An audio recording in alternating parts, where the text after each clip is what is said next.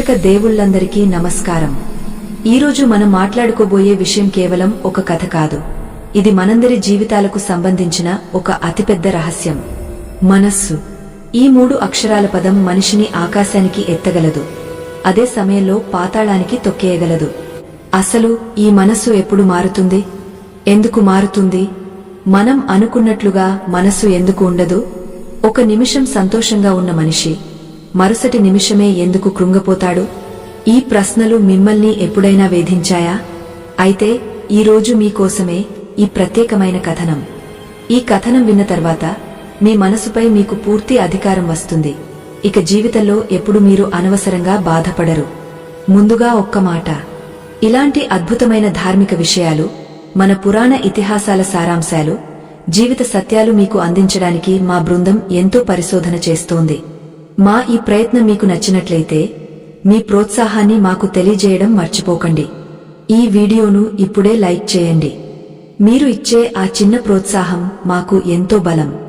అలాగే ఇలాంటి ఆధ్యాత్మిక జ్ఞాన సంపదను ఎప్పటికప్పుడు పొందడానికి మా ఛానల్ ద్వారా మా కుటుంబంలో సభ్యులుగా చేరండి.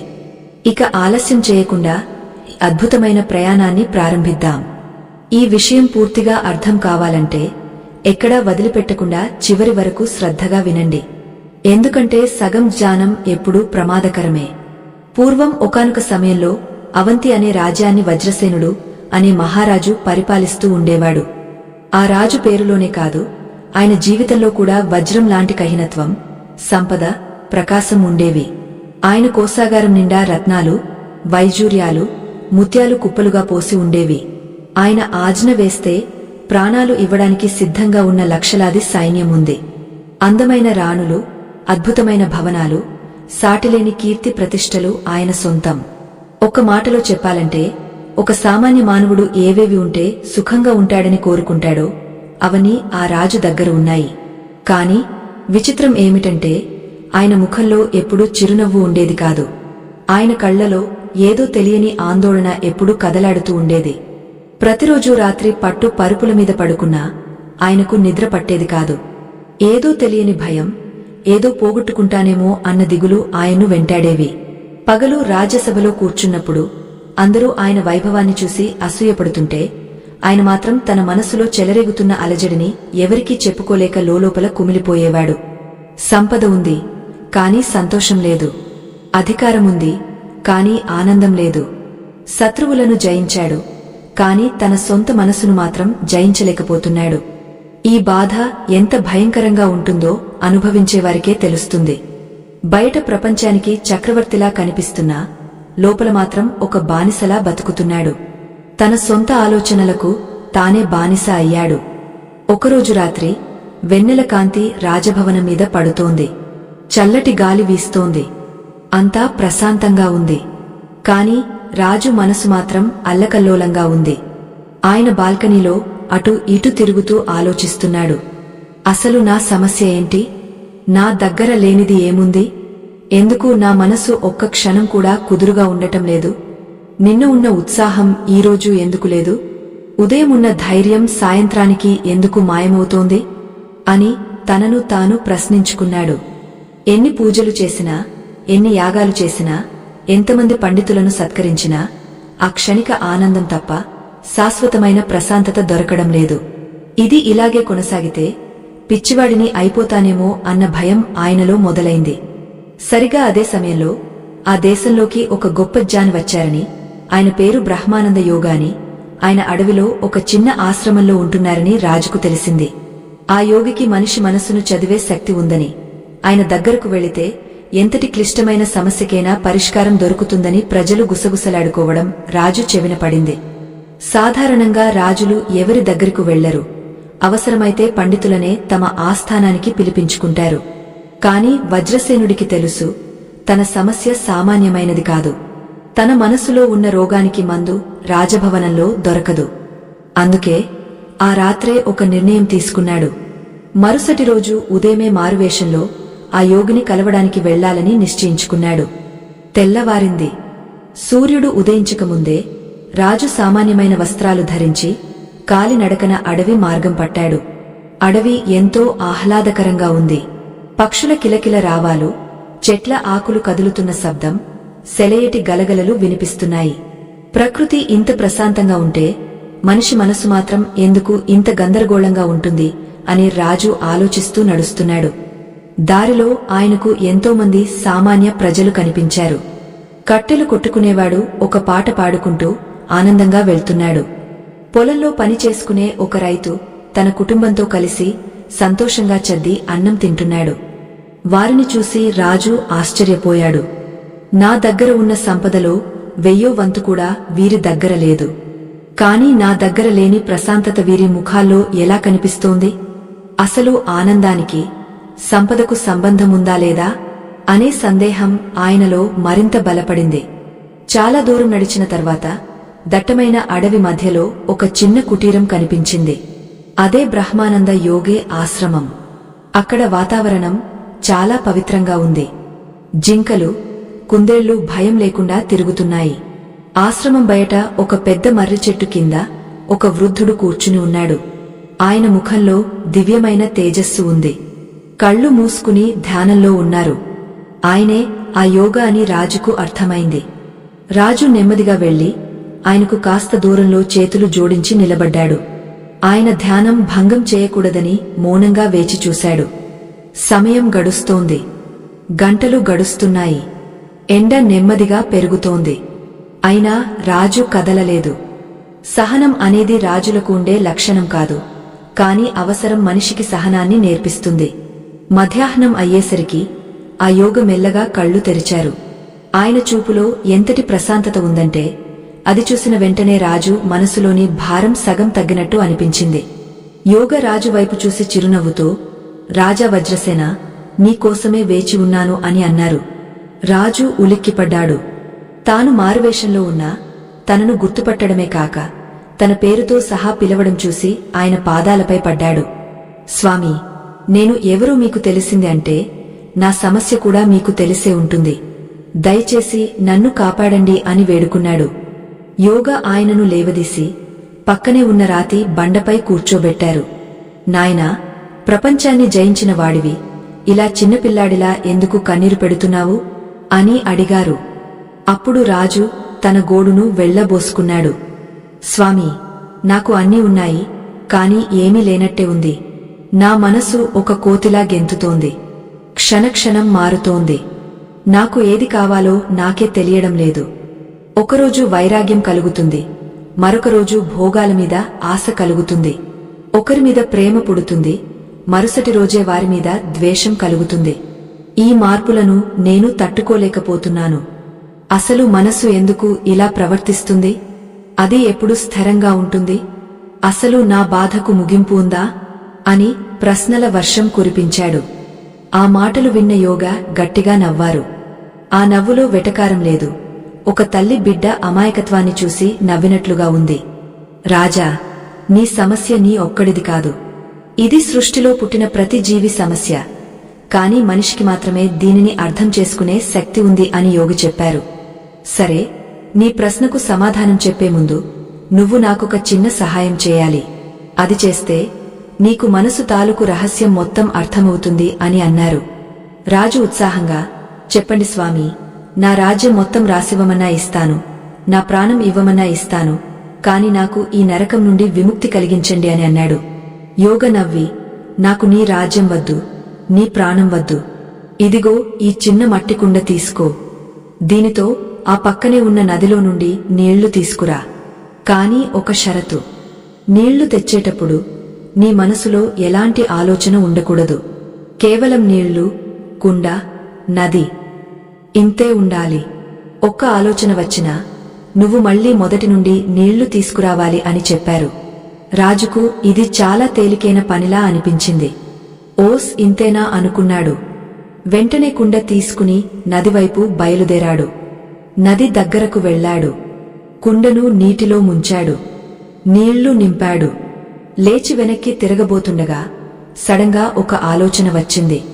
ఈ చిన్న పనితో నా సమస్య ఎలా తీరుతుంది అని. వెంటనే రాజు ఆగపోయాడు.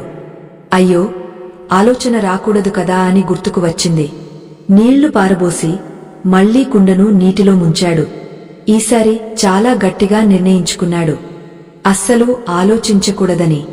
కుండ నింపాడు. మెల్లగా అడుగులు వేస్తున్నాడు. 10 అడుగులు వేసేసరికి రాజభవనంలో వదిలేసి వచ్చిన ముఖ్యమైన పని గుర్తుకు వచ్చింది. ఛీ, మళ్లీ ఆలోచన వచ్చింది అని విసుక్కున్నాడు. మళ్లీ వెనక్కి వెళ్లాడు. ఇలా ఒకసారి కాదు, 2 సార్లు కాదు, 10 సార్లు జరిగింది. ఎంత ప్రయత్నించినా ఏదో ఒక ఆలోచన, పాత జ్ఞాపకమో, భవిష్యత్తు భయమో, లేకపోతే కనీసం నేను ఆలోచించకూడదు అన్న ఆలోచన వచ్చి పడుతోంది. సాయంత్రం అవుతోంది. రాజుకు అలసట వచ్చింది. దాంతోపాటు విపరీతమైన కోపం కూడా వచ్చింది. ఒక సామాన్యమైన పనిని కూడా చేయలేకపోతున్నానా అన్న అవమానం ఆయన్ను దహించివేసింది. సూర్యుడు అస్తమిస్తున్నాడు. రాజు నిస్సహాయంగా కుండను పట్టుకుని నది ఒడ్డున కూలబడిపోయాడు. అప్పుడు బ్రహ్మానంద యోగా అక్కడికి నెమ్మదిగా నడుచుకుంటూ వచ్చారు. రాజును చూసి, ఏమైంది రాజా, నీళ్లు ఇంకా రాలేదా అని అడిగారు. రాజు కన్నీళ్లతో, స్వామీ, ఇది అసాధ్యం. నేను ఎంత ప్రయత్నించినా ఆలోచనలు ఆగడం లేదు. ఒక ఆలోచనను ఆపాలని ప్రయత్నిస్తే 100 ఆలోచనలు వచ్చి పడుతున్నాయి. ఈ యుద్ధంలో నేను ఓడిపోయాను అని అన్నాడు. అప్పుడు యోగి రాజు పక్కన కూర్చుని, రాజా, నువ్వు ఓడిపోలేదు. ఇప్పుడే అసలైన సత్యాన్ని తెలుసుకోవడానికి మొదటి అడుగు వేశావు. నువ్వు ఆలోచనలను ఆపలేవు. ఎందుకంటే మనసు స్వభావమే అది. నదిలో నీళ్లు ప్రవహించడం ఎంత సహజమో, మనసులో ఆలోచనలు రావడం అంతే సహజం. ప్రవహించే నదిని ఆపాలని చూస్తే వరద వస్తుంది తప్ప ప్రశాంతత రాదు అని చెప్పారు. రాజు అయోమయంగా చూశాడు. మరి దీనికి పరిష్కారం లేదా స్వామీ? నేను జీవితాంతం ఇలా మదనపడాల్సిందేనా అని అడిగాడు. యోగా ఒక క్షణం మౌనంగా ఉండి కింద పడి ఉన్న ఒక ఎండిన ఆకును చూపించారు. రాజా, ఆకును చూడు. గాలి వచ్చినప్పుడు అది ఎగురుతుంది. గాలి తగ్గనప్పుడు కింద పడుతుంది. అది గాలిని ఎదిరించడం లేదు, గాలిని ఆపాలని కోరుకోవడం లేదు. కేవలం గాలితో పాటు కదులుతోంది. అందుకే దానికి బాధ లేదు. కాని మనిషి అలా కాదు. మనసు ఎప్పుడు మారుతుంది అని అడిగావు కదా, దానికి సమాధానం ఇప్పుడు చెబుతాను విను. ఈ రహస్యం తెలిస్తే నువ్వు ఆ ఎండిన ఆకులా మారిపోతావు. ప్రపంచంలో ఏది నిన్ను బాధ పెట్టలేదు అని అంటూ యోగా ఒక అద్భుతమైన విషయాన్ని చెప్పడం ప్రారంభించారు. రాజా, మనసులో 3 రకాల స్థితులు ఉంటాయి. వాటిని వృత్తులు అంటారు. ఇవి సముద్రపు అలల లాంటివి. ఇవి ఎప్పుడు వస్తాయో ఎప్పుడు పోతాయో ఎవరికీ తెలియదు. కాని వీటిని గమనించే నేర్పు నీకు వస్తే నువ్వు రాజువవుతావు, లేకపోతే బానిసవవుతావు. ఆ 3 స్థితులు ఏమిటంటే అని యోగ చెప్పడం ఆపారు. రాజు ఆసక్తిగా, చెప్పండి స్వామీ, ఆ 3 స్థితులు ఏమిటి అని అడిగాడు. యోగరాజు కళ్లలోకి తీక్షణంగా చూస్తూ, రేపు ఉదయం సూర్యోదయం అయ్యే సమయంలో ఆ కొండ శిఖరం మీదకు రా. అక్కడ నీకు ఈ సృష్టి రహస్యాన్ని ప్రత్యక్షంగా చూపిస్తాను. ఈ రాత్రికి ఇక్కడే ఈ చెట్టు కింద విశ్రాంతి తీసుకో. కాని గుర్తుంచుకో, ఈ రాత్రి నీకు ఒక పరీక్ష. నీ మనసు నిన్ను భయపెడుతుంది, ఆశ పెడుతుంది, పారిపోమ్మని చెబుతుంది. కాని నువ్వు కదలకూడదు. రేపటి ఉదయం వరకు నువ్వు ఇక్కడ ఉండగలిగితే నీకు ఆ జ్ఞానం దక్కుతుంది అని చెప్పి యోగ తన కుటీరంలోకి వెళ్లిపోయారు. రాజు ఒంటరిగా ఆ మర్రి చెట్టు కింద మిగిలిపోయాడు. చుట్టూ గాసాంధకారం. అడవి జంతువుల అరుపులు మొదలయ్యాయి. ఇప్పటిదాకా ఉన్న ధైర్యం నెమ్మదిగా సన్నగిల్లుతోంది. అంతకంటే ఎక్కువగా యోగ చెప్పిన 3 స్థితులు ఏమిటన్న ప్రశ్న ఆయన్ను తొలిచేస్తోంది. అసలు రేపు ఉదయం కొండమీద ఏం జరగబోతోంది? ఈ రాత్రి నేను ఎదుర్కోబోయే పరీక్ష ఏమిటి? నా సొంత మనసే నన్ను ఎలా భయపెడుతుంది? ఆ రాత్రి ఆ రాజుకు ఒక యుగంలా గడిచింది. పట్టు పరుపుల మీద పడుకుంటేనే నిద్రపట్టని చక్రవర్తి కటిక నేలమీద రాళ్లు రప్పల మధ్య పడుకోవలసి వచ్చింది. కళ్ళు మూసుకుందామంటే భయం, కళ్ళు తెరిచి ఉంచుదామంటే చీకటి. అడవిలో కీచురాళ్ల శబ్దం ఆయన చెవుల్లో మోగుతోంది. అంతకంటే గట్టిగా ఆయన మనసులో ఆలోచనలు రొదచేస్తున్నాయి. యోగ చెప్పినట్టుగానే ఆయన మనసు ఆయన్ను భయపెట్టడం మొదలుపెట్టింది. ఇక్కడ ఏ పాము ఉందో, ఏ పులి దాక్కుందో, అనవసరంగా వచ్చాను, హాయిగా అంతఃపురంలో ఉండాల్సింది, రేపు పొద్దున్నే మళ్లీ రాజ్యానికి వెళ్లిపోవాలి అని మనసు రకరకాలుగా ప్రేరేపించడం మొదలుపెట్టింది. ఒక క్షణం అనిపించింది, ఆ యోగ నన్ను మోసం చేస్తున్నాడేమో, అడవిలో వదిలేసి ఆయన హాయిగా నిద్రపోతున్నాడేమో అని అనుమానం కూడా వచ్చింది. కాని వజ్రసేనుడు పట్టుదల గలవాడు. యోగ చెప్పిన మాటలు గుర్తుకు తెచ్చుకున్నాడు. ఇది ఒక పరీక్ష. నా మనసు నన్ను ఇక్కడి నుండి పారిపోయేలా చేయడానికి అన్ని రకాల ఎత్తుగడలు వేస్తోంది. నేను ఓడిపోకూడదు అని గట్టిగా నిర్ణయించుకుని ఆ చెట్టు మొదలుకే వీపు ఆనించి కూర్చుండిపోయాడు. గంటలు గడుస్తున్నాయి. చలి ఎక్కువవుతోంది. ఆకలి వేస్తోంది. దాహం వేస్తోంది. కాని రాజు కదలలేదు. తనలో రేగుతున్న ప్రతి ఆలోచనను ఒక సాక్షిలా గమనించడం మొదలుపెట్టాడు. కోపం వస్తే, ఓహో ఇప్పుడు కోపం వచ్చింది అని గమనించాడు. భయం వేస్తే, ఇదిగో భయం వచ్చింది అని గమనించాడు. ఇలా తన మనసును తానే చూసుకోవడం ఆ రాజు జీవితంలో అదే మొదటిసారి. అలా ఆలోచనల యుద్ధంలో పోరాడుతూ ఉండగానే తూర్పున వెలుతురు రావడం మొదలైంది. పక్షుల కిలకిలలు మొదలయ్యాయి. సూర్యుడి లేలేత కిరణాలు చెట్ల ఆకుల గుండా కింద పడుతున్నాయి. ఆ వెలుతురు చూడగానే రాజుకు ప్రాణం లేచి వచ్చినట్లయింది. అమ్మయ్య, రాత్రి గడిచిపోయింది, నేను గెలిచాను అనే భావన ఆయనలో కలిగింది. ఆయన ఒంట్లో అలసట ఉన్నా మనసులో మాత్రం ఏదో తెలియని కొత్త ఉత్సాహం వచ్చింది. అప్పుడు యోగ కుటీరం తలుపులు తెరుచుకున్నాయి. బ్రహ్మానంద యోగ బయటకు వచ్చారు. ఆయన ముఖం ఉదయించే సూర్యుడిలా వెలిగిపోతోంది. రాజును చూసి చిరునవ్వు నవ్వి, రాజా, రాత్రి బాగా నిద్రపట్టిందా అని అడిగారు. రాజు లేచి నమస్కరించి, స్వామీ, నిద్రపోలేదు కాని మేల్కొన్నాను. నా శత్రువు ఎవరో నాకు అర్థమైంది. అది బయటలేదు, నా లోపలే ఉంది అని అన్నాడు. యోగా సంతోషించి, మంచిది, ఇప్పుడు నువ్వు పాణ్యం వినడానికి అర్హత సాధించావు. పద, ఆ కొండ మీదకు వెళ్దాం అని దారితీశారు. ఇద్దరూ కలిసి ఆ అడవి పక్కనే ఉన్న ఒక ఎత్తైన కొండ ఎక్కడం ప్రారంభించారు. దారి సన్నగా రాళ్లతో నిండి ఉంది. రాజు ఆయాసపడుతున్నాడు, కాని ఆపే ప్రసక్తే లేదు. ఆ జ్ఞానాన్ని పొందాలనే తపన ఆయన్ను నడిపిస్తోంది. కొండ శిఖరం చేరుకునేసరికి అక్కడ దృశ్యం అద్భుతంగా ఉంది. కింద అడవి అంతా పచ్చని తివాచీలా కనిపిస్తోంది. చల్లటి గాలి వీస్తోంది. యోగా ఒక పెద్ద బండరాయి మీద కూర్చుని రాజును కూడా పక్కన కూర్చోమన్నారు. అప్పుడు యోగి కింద కనిపిస్తున్న అడవిని చూపిస్తూ, రాజా, ఆ అడవిని చూడు. దూరం నుండి చూస్తే అది ఎంత నిశ్చలంగా, అందంగా ఉందో కదా. కాని లోపలికి వెళ్తే అక్కడ ఎన్నో ప్రమాదాలు, ఎన్నో గందరగోళాలు ఉంటాయి. మనసు కూడా అంతే. పైకి నవ్వుతున్న మనిషి లోపల ఒక భయంకరమైన అడవి ఉంటుంది అని చెప్పారు. ఇప్పుడు అసలు విషయానికి వద్దాం. మనసు ఎప్పుడు మారుతుంది, ఎందుకు మారుతుంది అని అడిగావు. దానికి ప్రధాన కారణం మనసు యొక్క 3 స్థితులు. ఈ 3 స్థితులు ఒకదాని తర్వాత ఒకటి వస్తూ నిన్ను బొమ్మలా ఆడిస్తున్నాయి. అందులో మొదటి స్థితి పేరు చంచల స్థితి. దీనిని అర్థం చేసుకోవడానికి ఒక చిన్న ఉదాహరణ చెబుతాను, విను అని యోగా ఒక కథనం మొదలుపెట్టారు. అనగనగా ఒక ఊరిలో సోమయ్య అనే ఒక వ్యాపారి ఉండేవాడు. వాడికి ధనం పిచ్చి. ఎంత సంపాదించినా తృప్తి ఉండేది కాదు. ఒకరోజు వాడు అడవిలో వెళ్తుండగా ఒక మాయల మాంత్రికుడు కనిపించి, నాయనా, నీకు ఒక అద్భుతమైన జోల ఇస్తాను. ఇందులో నువ్వు చేయి పెట్టి ఏది అడిగితే అది వస్తుంది. కాని ఒక షరతు, నువ్వు అడిగే వస్తువును వెంటనే వాడేసుకోవాలి లేదా అనుభవించాలి. దాచుకోవడానికి వీల్లేదు. అలా దాచుకుంటే ఆ జోల మాయమైపోతుంది అని చెప్పి ఒక సంచి ఇచ్చాడు. సోమయ్య ఆనందానికి అవధులు లేవు. వెంటనే సంచిలో చేయి పెట్టి, వేడివేడి మిఠాయిలు కావాలి అని అడిగాడు. వెంటనే వచ్చాయి. తిన్నాడు. చాలా రుచిగా ఉన్నాయి. ఆ తర్వాత మంచిపట్టు బట్టలు కావాలి అన్నాడు. వచ్చాయి. వేసుకున్నాడు. అంతా బాగుంది. కాని సోమయ్య మనసు ఊరుకోలేదు. వాడు అనుకున్నాడు, ఇప్పుడు బంగారు నాణాలు అడుగుతాను.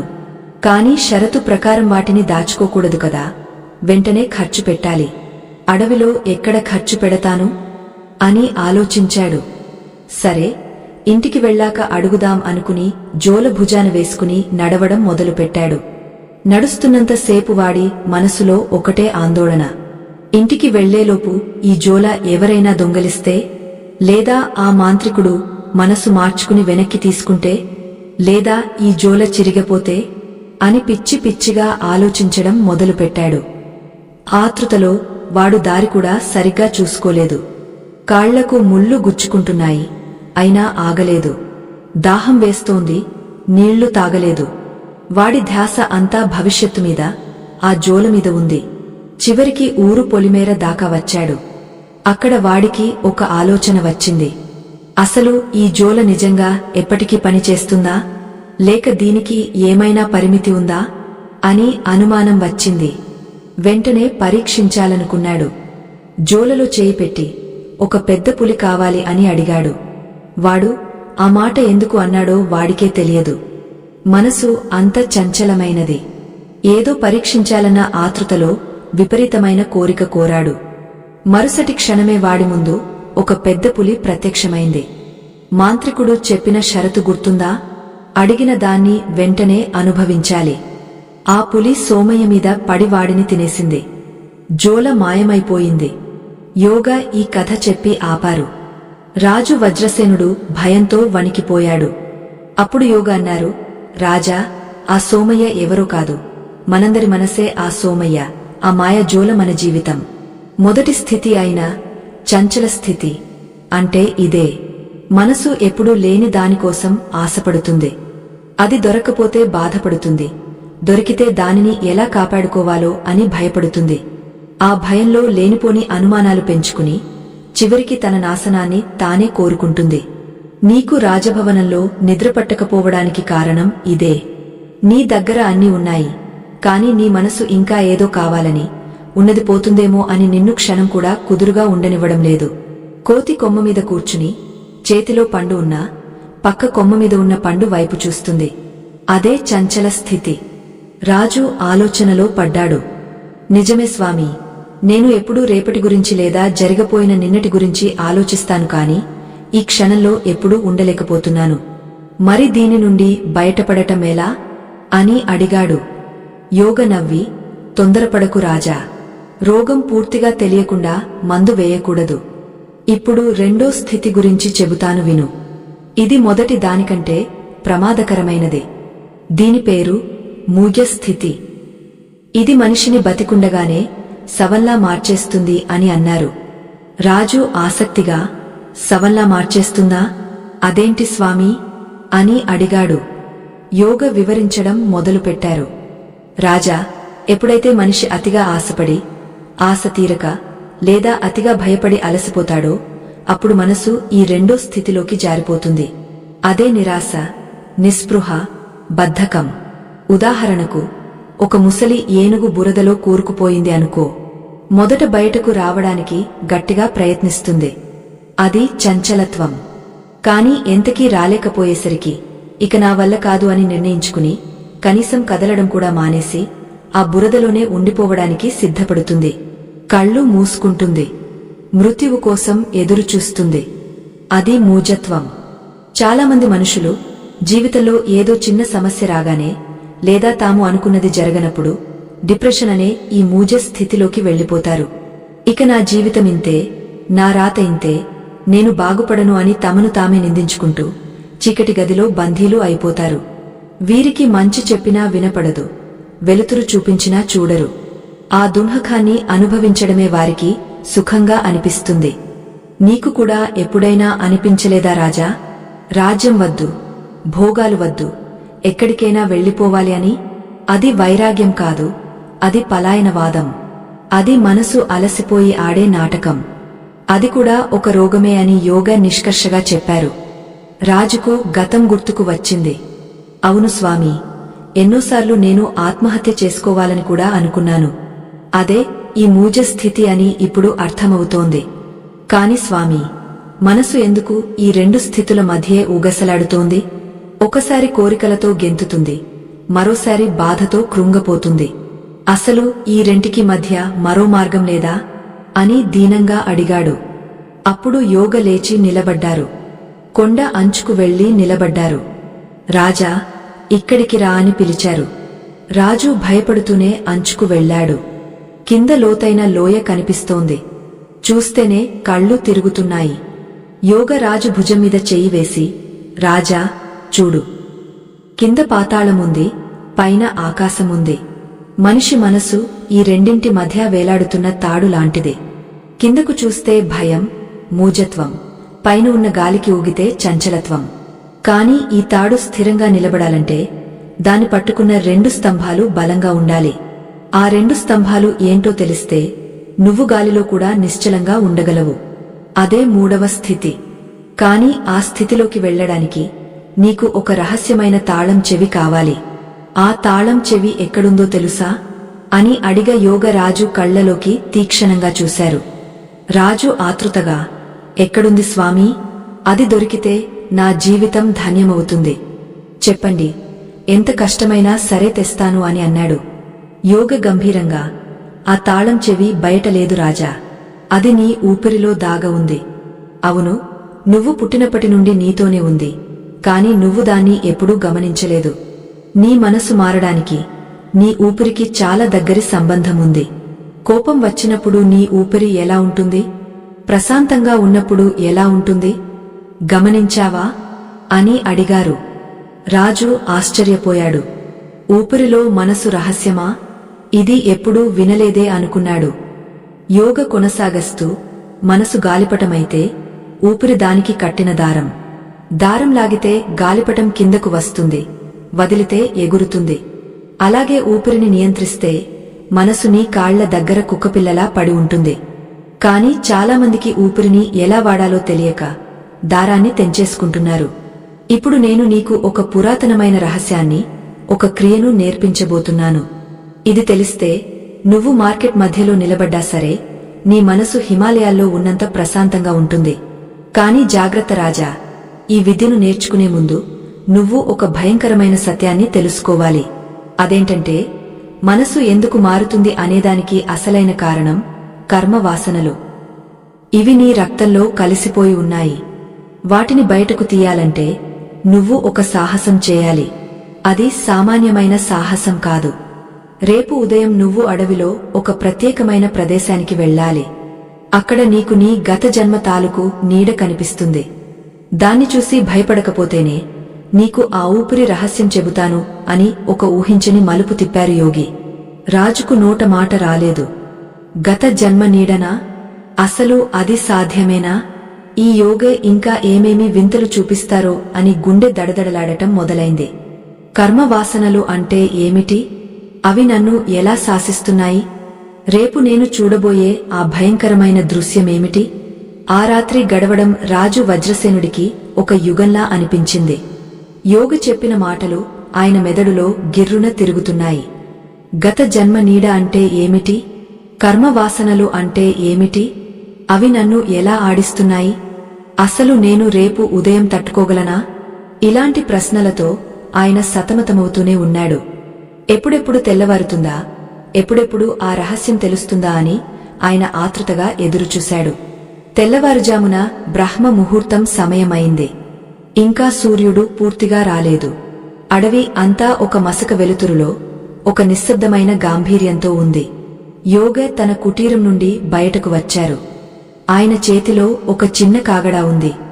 రాజు వైపు చూసి, సిద్ధమేనా రాజా? ఈ ప్రయాణం నీ శరీరాన్ని అలయిస్తుంది, కాని నీ ఆత్మను మేల్కొల్పుతుంది. ధైర్యంగా ఉండు అని చెప్పారు. ఇద్దరూ అడవిలో ఇంకా లోపలికి నడవడం ప్రారంభించారు. ఈసారి దారి చాలా భయంకరంగా ఉంది. పెద్ద పెద్ద వృక్షాలు ఆకాశాన్ని కప్పేస్తూ కిందకు సూర్యరశ్మిని కూడా రానియకుండా అడ్డుకుంటున్నాయి. దారిలో ముళ్ల పొదలు, జారుడు రాళ్లు ఉన్నాయి. కాని యోగ మాత్రం గాలిలో తేలుతున్నట్లుగా చకచకా నడిచిపోతున్నారు. రాజు ఆయన వెనుక ఆయాసపడుతూ, పడిపోతూ, లేస్తూ నడుస్తున్నాడు. సుమారు 2 గంటల ప్రయాణం తర్వాత వారు ఒక దట్టమైన లోయలోకి చేరుకున్నారు. అక్కడ గాలి కూడా స్తంభించిపోయినట్లుగా ఉంది. ఆ లోయ చివరన ఒక నల్లటి గుహ నోరు తెరుచుకుని ఉంది. దానిని చూడగానే రాజు వెన్నులో వణుకు పుట్టింది. అది మామూలు గుహలా లేదు. ఏదో తెలియని శక్తి అక్కడ ఉన్నట్లు అనిపిస్తోంది. యోగే ఆ గుహ ముఖద్వారం దగ్గర ఆగే, రాజా, దీని పేరు స్మృతి గుహ, అంటే జ్ఞాపకాల గుహ అని అర్థం. ఇక్కడ లోపలికి వెళితే మనిషి దాచుకున్న రహస్యాలే కాదు, మనిషిని దాచేసుకున్న రహస్యాలు కూడా బయటపడతాయి. లోపల ఒక చిన్న మడుగు ఉంది. అందులో నీళ్లు ఎంత స్వచ్ఛంగా ఉంటాయంటే అవి నీ శరీరాన్ని కాదు, నీ మనసు లోతుల్లో ఉన్న మలినాన్ని చూపిస్తాయి. ఇప్పుడు మనం లోపలికి వెళ్తున్నాం. గుర్తుంచుకో, అక్కడ నువ్వు ఏది చూసినా అరవకూడదు, పారిపోకూడదు. కేవలం సాక్షిలా చూడాలి. లేదంటే నీ మనసు ఆ భయంతో శాశ్వతంగా చలించిపోతుంది అని హెచ్చరించారు. రాజు గుండెలు వేగంగా కొట్టుకుంటున్నాయి. అయినా ధైర్యం కూడగట్టుకుని తల ఊపాడు. గుహ లోపల చిమ్మ చీకటిగా ఉంది. యోగి చేతిలో ఉన్న కాగడ వెలుతురు మాత్రమే దారి చూపిస్తోంది. గుహ గోడల మీద వింత వింత ఆకారాలు కనిపిస్తున్నాయి. గబ్బిలాలు రెక్కలు టపటపలాడిస్తూ ఎగురుతున్నాయి. ఆ నిశ్శబ్దంలో వారి అడుగుల శబ్దం కూడా పెద్దగా వినిపిస్తోంది. కాసేపటికి వారు గుహ మధ్యలో ఉన్న ఒక విశాలమైన ప్రదేశానికి చేరుకున్నారు. అక్కడ నిజంగానే ఒక చిన్న నీటి మడుగు ఉంది. ఆ నీళ్లు నల్లగా నిశ్చలంగా ఉన్నాయి. యోగి ఆ మడుగు ఒడ్డున కాగడాను గుచ్చారు. ఆ వెలుతురు నీటిమీద పడి వింతగా మెరుస్తోంది. రాజా, ఆ నీటిలో చూడు, నీ ప్రతిబింబం కనిపిస్తుంది. కాని జాగ్రత్తగా గమనించు, అది మారుతుంది. ఎందుకు మారుతుందో, ఎలా మారుతుందో చూడు అని ఆదేశించారు. రాజు ఆ మడుగు అంచున మోకరిల్లి నీటిలోకి తొంగచూశాడు. మొదట తన మొహమే కనిపించింది. మాసిన గడ్డం, అలసిపోయిన కళ్ళు, చెమటతో తడిసిన నుదురు. కాని కొద్ది క్షణాల్లోనే ఆ దృశ్యం మారడం మొదలైంది. నీటిలో అలలు లేవు, కాని చిత్రం మారుతోంది. రాజు ప్రతిబింబం స్థానంలో ఒక క్రూరమైన వ్యక్తి కనిపించాడు. చేతిలో కత్తి పట్టుకుని వికటాట్టహాసం చేస్తున్నాడు. అది చూసి రాజు ఉలిక్కిపడ్డాడు. ఆ తర్వాత వెంటనే దృశ్యం మారింది. ఒక బిచ్చగాడు ఆకలితో అలమటిస్తూ ఎంగిలి మెతుకుల కోసం కుక్కలతో పోరాడుతున్న దృశ్యం కనిపించింది. ఆ బిచ్చగాడి కళ్లలో దయనీయమైన చూపు ఉంది. రాజుకు చెమటలు పట్టాయి. ఆ తర్వాత ఒక కాముకుడు స్త్రీల వెంట పడుతూ కళ్లలో కామంతో చూస్తున్న వికృతమైన రూపం కనిపించింది. ఇలా ఒకదాని తర్వాత ఒకటి, వందల రూపాలు, వందల భావాలు ఆ నీటిలో వేగంగా కదిలిపోతున్నాయి. రాజుకు ఊపిరి ఆడటం లేదు. ఇవన్నీ నేనేనా? నా లోపల ఇంతమంది ఉన్నారా? ఇంత క్రూరత్వం, ఇంత దైన్యం, ఇంత నీచత్వం నాలో దాగవుందా అని భయంతో వెనక్కి జరగబోయాడు. అప్పుడు యోగ ఆయన భుజం గట్టిగా పట్టుకున్నారు. వెనక్కి వెళ్ళకు రాజా, చూడు, ఇంకా లోతుగా చూడు. అవి నీ గత జన్మల వాసనలు. నువ్వు ఎప్పుడో చేసిన పనులు, నువ్వు ఎప్పుడో అనుభవించిన భావోద్వేగాలు. అవన్నీ ఇంకా చావలేదు. అవి విత్తనాల రూపంలో నీ మనసు పొరల్లో దాగ ఉన్నాయి. ఇవే కర్మవాసనలు అని అంటారు. ఇవే నీ మనసును ఆడిస్తున్నాయి. నువ్వు ఈరోజు ఒక విషయం గురించి ఎందుకు బాధపడుతున్నావో, రేపు ఎందుకు సంతోషపడతావో నీకు తెలియకపోవచ్చు. కాని ఆ విత్తనం ఎప్పుడో నాటబడింది.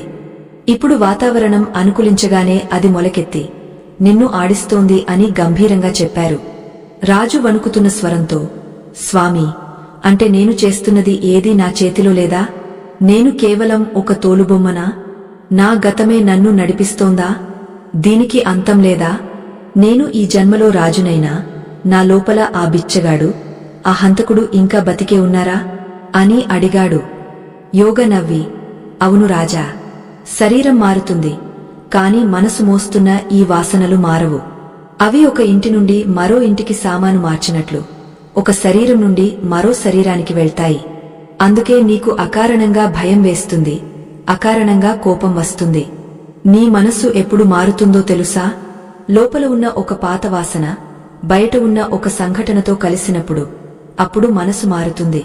ఇది ఒక రసాయన చర్య లాంటిది. ఉదాహరణకు, ఎవరో నిన్ను ఒక మాట అన్నారు అనుకో. నిజానికి ఆ మాట గాలిలో కలిసిపోయే శబ్దం మాత్రమే. కాని ఆ మాట నీ లోపల ఉన్న అహంకారం అనే పాత గాయానికి తగిలితే వెంటనే కోపం అనే మంట పుడుతుంది. ఆ మంట నీది కాదు, ఆ పాత వాసనది. మనిషి జీవితాంతం ఈ వాసనలకు బానిసగానే బతుకుతున్నాడు. వస్తున్న ఆలోచన నాది అనుకుంటున్నాడు, కాని అది వాసనల ప్రభావం అని గుర్తించడం లేదు. ఈ సత్యం తెలియకనే జనం బాధపడుతున్నారు. ఇది తెలిస్తే నువ్వు బాధపడవు, కేవలం గమనిస్తావు. నీటిలో ఆ చిత్రాలు ఎలా వస్తున్నాయో పోతున్నాయో నీ మనసులో ఆలోచనలు కూడా అలాగే వస్తాయి, పోతాయి. నువ్వు ఆ నీటివి కాదు, నువ్వు ఆ ఒడ్డున కూర్చుని చూస్తున్న సాక్షివి అని యోగ బోధించారు. రాజుకు ఒక పెద్ద బరువు దిగపోయినట్లు అనిపించింది. ఓహో, ఇన్నాళ్ళు నా మనసులో వచ్చే ప్రతి చెడ్డ ఆలోచనను చూసి నేనే చెడ్డవాడిని అని కుమిలిపోయాను. భయంకరమైన ఆలోచనలు వచ్చినప్పుడల్లా నన్ను నేను అసహ్యించుకున్నాను. కాని అవి కేవలం పాత జ్ఞాపకాల దుమ్ము మాత్రమేనా? నేను వాటికి వేరుగా ఉన్నానా? ఈ ఒక్క ఆలోచన ఆయనకు ఎంతో విముక్తిని ఇచ్చింది. స్వామీ, ఇప్పుడు నాకు అర్థమైంది. నా మనసు మారడానికి కారణం ఈ కర్మవాసనలు. కాని వీటిని పూర్తిగా తొలగించడమేలా? ఆ నీటిలో బొమ్మలు కనపడకుండా చేయాలంటే ఏం చేయాలి? ఆ మడుగును ఎండబెట్టాలా, లేక కళ్ళు మూసుకోవాలా అని అడిగాడు. యోగా సంతోషించారు. సరైన ప్రశ్న అడిగావు రాజా. మడుగును ఎండబెట్టలేము, కళ్ళు మూసుకుంటే సత్యం మారదు. కాని ఆ నీటిని నిశ్చలం చేయగలం. ఎప్పుడైతే నీరు కదలకుండా అద్దంలా మారుతుందో అప్పుడు అందులో ఈ వికారమైన రూపాలు కనిపించవు. కేవలం పైన ఉన్న ఆకాశం, ఆ భగవంతుడి రూపం మాత్రమే కనిపిస్తుంది. మనసు అనే మడుగును నిశ్చలం చేయడానికి, అలలు లేకుండా చేయడానికి సృష్టిలో ఉన్న ఏకైక ఆయుధం ప్రాణం, అంటే నీ ఊపిరి. ఇక్కడే ఉంది అసలైన రహస్యం. మనసు, ప్రాణం, ఈ రెండూ ఒకే తల్లికి పుట్టిన కవల పిల్లల్లాంటివి. ఒకటి కదిలితే రెండోది కదులుతుంది. మనసును నువ్వు నేరుగా పట్టుకోలేవు, అది గాలి లాంటిది. కాని ప్రాణాన్ని పట్టుకోగలవు. ఊపిరిని నియంత్రిస్తే మనసు దానంతటా అదే కాళ్ల బేరానికి వస్తుంది అని చెప్పారు. యోగా అక్కడే గుహలో కూర్చుని, రాజా, ఇప్పుడు నీ వెన్నెముకను నిటారుగా ఉంచు, కళ్ళు మూసుకో, నీ దృష్టిని రెండు కనుబొమ్మల మధ్య కేంద్రీకరించు.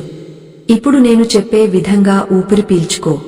ఇది కేవలం గాలి పీల్చడం కాదు, ఇది నీ లోపల ఉన్న ఆ కర్మవాసనలను దహించివేసే అగ్నిని రగిలించడం అని చెబుతూ ఒక ప్రత్యేకమైన శ్వాస క్రియను నేర్పించడం మొదలుపెట్టారు. రాజు ఆ క్రియను చేయడం ప్రారంభించాడు. మొదట కష్టంగా అనిపించింది. ఊపిరి అందలేదు. మనసు మళ్లీ పారిపోవాలని చూసింది. కాని యోగ పక్కనే ఉండి గట్టిగా హెచ్చరిస్తూ, ఆపకు, నీ లోపల యుద్ధం జరుగుతోంది. పాత వాసనలు బయటకు పోవడానికి గలగలలాడుతున్నాయి. నువ్వు ఆపితే అవి మళ్లీ లోపలే ఉండిపోతాయి. శ్వాసను ఇంకా లోతుగా తీసుకో, నాభి నుండి తీసుకో అని ఆదేశిస్తూనే ఉన్నారు. కొంత సమయం గడిచాక రాజు శరీరంలో ఒక వింత అనుభూతి మొదలైంది. చేతులు, కాళ్లు తిమ్మిర్లు ఎక్కినట్లు అనిపించాయి. తలలో ఏదో బరువు తగ్గుతున్నట్లు, ఒక తెల్లని కాంతి కళ్ల ముందు మెరుస్తున్నట్లు అనిపించింది. ఇన్నాళ్లు ఎడతెగకుండా వినిపించే ఆలోచనల శబ్దం నెమ్మదిగా సన్నగిల్లుతోంది. దూరంగా ఎక్కడో వినిపిస్తున్నట్లుగా మారిపోయింది.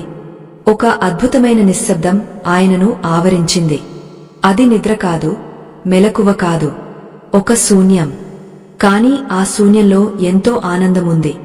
రాజుకు సమయం తెలియలేదు. ఎంతసేపు గడిచిందో తెలియదు. యోగ ఆయన భుజం తట్టి పిలిచేసరికి ఉలిక్కిపడి కళ్ళు తెరిచాడు. అప్పుడు చూస్తే ఆయన ముఖంలో ఇన్నాళ్లు ఉన్న ఆందోళన లేదు. ఒక చిన్న పిల్లవాడి ముఖంలో ఉండే ప్రశాంతత ఉంది. స్వామీ, ఇదెక్కడి అనుభూతి? నా మనసు ఎక్కడికి వెళ్ళింది? ఇన్నాళ్లు నన్ను వేధించిన ఆలోచనలు ఏమయ్యాయి? నేను ఉన్నాను, కాని నా బాధ లేదు. ఇది ఎలా సాధ్యం అని ఆశ్చర్యంగా అడిగాడు. యోగ చిరునవ్వుతో, రాజా, ఇది కేవలం రుచి మాత్రమే. నువ్వు ఇంకా పూర్తిగా ఆకలి తీర్చుకోలేదు. నువ్వు ఇప్పుడు అనుభవించింది ఏకాగ్రస్థితి. అంటే మనసు ఒక్క విషయం మీద నిలబడటం. కాని ఇది శాశ్వతం కాదు. నువ్వు మళ్లీ గుహ బయటకు వెళ్లగానే మళ్లీ ప్రపంచం నిన్ను లాయగేసుకుంటుంది. మళ్లీ పాత వాసనలు నిద్రలేస్తాయి. ఈ స్థితిని శాశ్వతం చేసుకోవాలంటే నువ్వు మనసును జయించడం కాదు, మనసును చంపేయాలి. దాన్నే మనోనాశనం అంటారు. అది చాలా ప్రమాదకరమైన విద్య. దానికి ఒక సరైన సమయం కావాలి అని చెప్పారు. రాజు ఉత్సాహంగా, నేను సిద్ధం స్వామీ, నా మనసును చంపేయండి. అది నాకు వద్దు. ఈ ప్రశాంతతే నాకు కావాలి. ఎప్పుడు చేయాలి? ఇప్పుడే చేద్దామా అని అడిగాడు. యోగ ఆకాశం వైపు చూసి, ఇప్పుడు కాదు రాజా, దానికి అర్ధరాత్రి దాటాలి. అమావాస్య ఘడియలు రావాలి. ఈ రోజు రాత్రికి ఒక ప్రత్యేకత ఉంది. ఈ రోజు రాత్రి ఆకాశంలో గ్రహాలన్నీ ఒక విచిత్రమైన స్థితికి వస్తాయి. ఆ సమయంలో మనసు చాలా బలహీనంగా ఉంటుంది. సరిగ్గా ఆ సమయంలో మనం ఒక దెబ్బ కొడితే మనసు అనే పాము చచ్చిపోతుంది లేదా పూర్తిగా లొంగపోతుంది. కాని ఒక విషయం, ఆ ప్రక్రియలో నువ్వు గనక భయపడి మధ్యలో కళ్ళు తెరిస్తే నీకు పిచ్చి పసికే అవకాశముంది, లేదా ప్రాణాపాయం కూడా జరగవచ్చు. ఎందుకంటే మనం ప్రాణశక్తితో ఆడుకోబోతున్నాం. నీకు ఆ ధైర్యముందా అని గంభీరంగా ప్రశ్నించారు. రాజు ఒక్క క్షణం ఆలోచించాడు. వెనక్కి వెళ్తే మళ్లీ అదే నరకం, ముందుకు వెళ్తే మృత్యువు లేదా మోక్షం. నరకంలో బ్రతకడం కంటే ప్రయత్నించి చావడం మేలు అనుకున్నాడు. స్వామీ, నాకు ఏ భయమూ లేదు. ఈ రాత్రి ఏం జరుగుతుందో చూద్దాం. నా మనస్సు అంతం కావాలి, లేదా నేనే అంతం కావాలి. ఈ రాత్రికి ఏదో ఒకటి తేలిపోవాలి అని దృఢంగా చెప్పాడు. యోగ నవ్వి, మంచిది. అయితే ఈ రాత్రి మనం నిద్రపోకూడదు. ఈ రాత్రి మనం చేయబోయేది యజ్ఞం కాదు, యుద్ధం. మనసుతో చేసే చివరి యుద్ధం. అయితే దీనికి ఒక చిన్న తయారీ కావాలి. మనం ఇప్పుడు అడవిలో దొరికే ఒక ప్రత్యేకమైన తీగ రసాన్ని సేకరించాలి. అది తాగితే శరీరం మొద్దుబారుతుంది కాని మెదడు చురుగ్గా ఉంటుంది. పద వెళ్దాం అని దారితీశారు. అసలు ఆ రాత్రి ఏం జరగబోతోంది? మనోనాశనం అంటే నిజంగా మనసు చచ్చిపోతుందా? పిచ్చిపట్టే అవకాశముందంటే రాజు ఆ ప్రమాదాన్ని ఎలా ఎదుర్కొంటాడు? ఆ తీగ రసం వెనుక ఉన్న రహస్యమేమిటి? అర్ధరాత్రి ఆ గుహలో జరగబోయే ఆ భయానక భట్టం కోసం మీరు సిద్ధంగా ఉన్నారా? యోగ మరియు రాజు వజ్రసేనుడు ఆ దట్టమైన అడవిలో ఆ ప్రత్యేకమైన తీగ కోసం వెతుకులాట ప్రారంభించారు. సూర్యుడు నడినెత్తికి వచ్చాడు కాని ఆ అడవిలో మాత్రం సాయంత్రం అయినట్టుగానే చీకటిగా ఉంది. ఆ తీగ అంత సులభంగా దొరికేది కాదు. అది కేవలం కొన్ని పురాతనమైన చెట్ల మొదళ్లలో, తేమ ఎక్కువగా ఉన్న ప్రదేశాల్లో మాత్రమే పెరుగుతుంది. దాని ఆకులు ముదురు ఎరుపు రంగులో ఉండి పాము చర్మంలా మెరుస్తూ ఉంటాయని యోగ చెప్పారు. రాజుకు కాళ్లు లాగుతున్నాయి, ఆకలి నకనకలాడిస్తోంది. అయినా సరే తన లక్ష్యం మీద ఉన్న శ్రద్ధతో ఆయన అలసటను లెక్క చేయలేదు. సుమారు 3 గంటల వెతుకులాట తర్వాత ఒక పెద్ద పుట్ట వెనుక దట్టమైన పొదల్లో ఆ తీగ కనిపించింది. యోగ కళ్లలో మెరుపు మెరిసింది. రాజా, మన అదృష్టం బాగుంది. ఇది చాలా అరుదైన సోమలత తీగ. దీని రసం తాగితే మనిషి శరీరం రాయిలా మారుతుంది, కాని లోపల ఉన్న స్పృహ 1000 రెట్లు పెరుగుతుంది. ఇది విషం కాదు, కాని అమృతం కూడా కాదు. ఇది సత్యానికి దారితీసే ఒక వంతెన అని వివరించారు. యోగే ఆ తీగను చాలా జాగ్రత్తగా వేరు దెబ్బతినకుండా సేకరించారు. దాన్ని ఒక ఆకులో చుట్టి తిరిగి గుహవైపు నడక సాగించారు. వారు గుహకు చేరుకునే సరికి సూర్యాస్తమయమయ్యింది. అడవి అంతా నిశ్శబ్దంగా మారిపోయింది. ఆకాశంలో చంద్రుడు లేడు. అది అమావాస్య రాత్రి. చిమ్మ చీకటి ప్రపంచాన్ని కమ్మేసింది. గుహ లోపల మాత్రం యోగ వెలిగించిన చిన్న మంట వెలుగుతోంది. యోగ ఒక రాతి గిన్నెలో ఆ తీగను వేసి బాగా దంచి దాని నుండి చిక్కటి ఎరుపు రంగు రసాన్ని తీశారు. ఆ రసం చూస్తుంటేనే రాజుకు ఏదో తెలియని భయం వేసింది. అది రక్తంలా ఉంది. యోగి ఆ గిన్నెను రాజు చేతికి ఇచ్చి, రాజా, ఇప్పుడు సమయం ఆసన్నమైంది. ఇంకా కాసేపట్లో అర్ధరాత్రి అవుతుంది. సరిగా 12 గంటలకు ఈ రసాన్ని ఒక్క గుక్కలో తాగేయాలి. ఆ తర్వాత ఏం జరుగుతుందో నేను ముందే చెబుతాను, జాగ్రత్తగా విను అని హెచ్చరించారు. నువ్వు ఈ రసం తాగిన 10 నిమిషాల్లో నీ కాళ్ళు చేతులు చచ్చుబడిపోతాయి. నువ్వు కదలాలనుకున్నా కదలలేవు. నాలుక మందమైపోతుంది. అరవాలనుకున్నా అరవలేవు. నీ శరీరం నీ మాట వినడం మానేస్తుంది. కాని నీ మనసు మాత్రం ఒక వేట కుక్కలా విజృంభిస్తుంది. ఇన్నాళ్లు నువ్వు అణిచిపెట్టిన కోరికలు, భయాలు, బాధలు అన్నీ ఒక్కసారిగా నీమీద దాడి చేస్తాయి. నీ కళ్ల ముందు లేని దృశ్యాలు కనిపిస్తాయి. నీ చెవుల్లో వింత శబ్దాలు వినిపిస్తాయి. నీ భార్యలు ఏడుస్తున్నట్టు, నీ పిల్లలు ఆపదలు ఉన్నట్టు, నీ రాజ్యం కాలిపోతున్నట్టు భ్రమలు కలుగుతాయి. మనసు నిన్ను ఆసనం మీద నుండి లేపడానికి చేయని ప్రయత్నముండదు. అది నిన్ను బ్రతిమిలాడుతుంది, బెదిరిస్తుంది, ఏడుస్తుంది. చివరికి చనిపోతున్నావు అనే భావన కలిగస్తుంది. కాని గుర్తుంచుకో రాజా, అదంతా అబద్ధం. అదంతా మనసు ఆడుతున్న చివరి నాటకం. నువ్వు గనక భయపడి కళ్ళు తెరిస్తే నువ్వు పిచ్చివాడివి అయిపోతావు. ధైర్యంగా నిలబడితే ఆ మనసు అలసిపోయి కాలిపోయి బూడిద అయిపోతుంది. అప్పుడు నీకు ఆత్మ సాక్షాత్కారం అవుతుంది అని యోగ వివరించారు. రాజు గుండె వేగంగా కొట్టుకుంటోంది. ఇది మామూలు పరీక్ష కాదు, ప్రాణాలతో చెలగాటం అని అర్థమైంది. కాని వెనక్కి వెళ్లే దారి లేదు.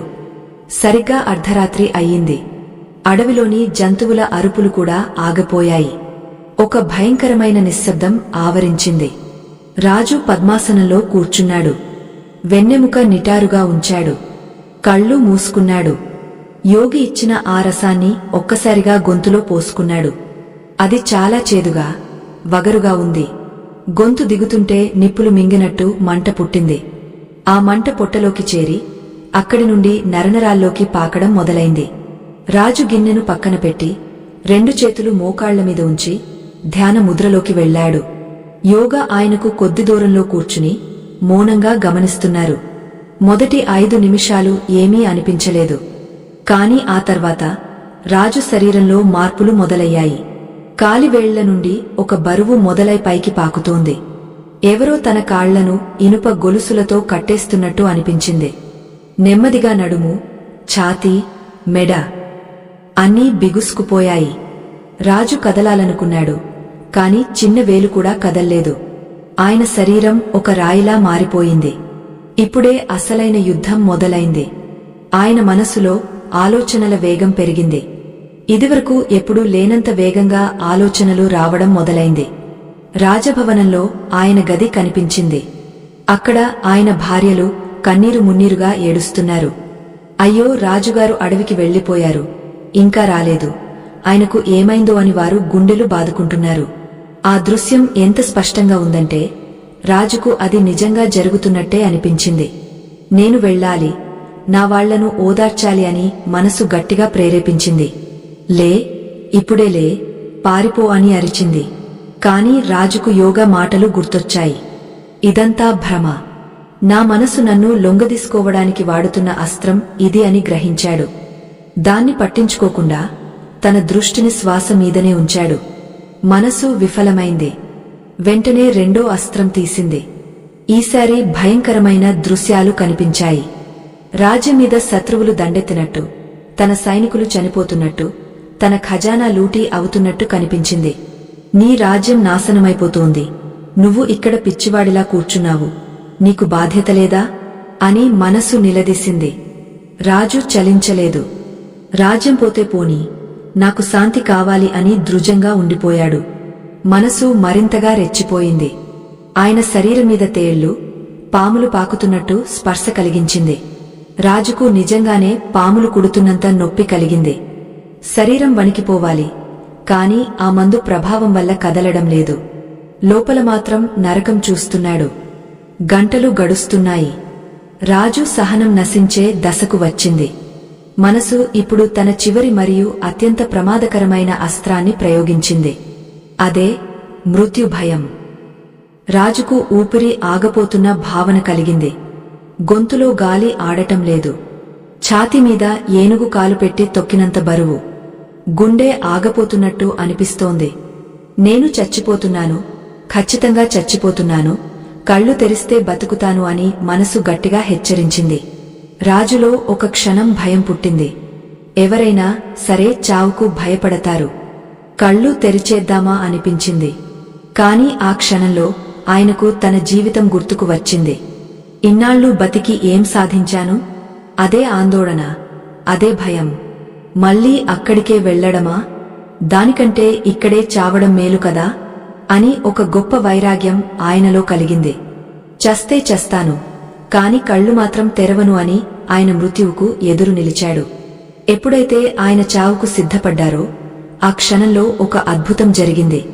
ఆ ఊపిరి ఆడని భావన, ఆ నొప్పి, ఆ భయం అన్నీ ఒక్కసారిగా మాయమైపోయాయి.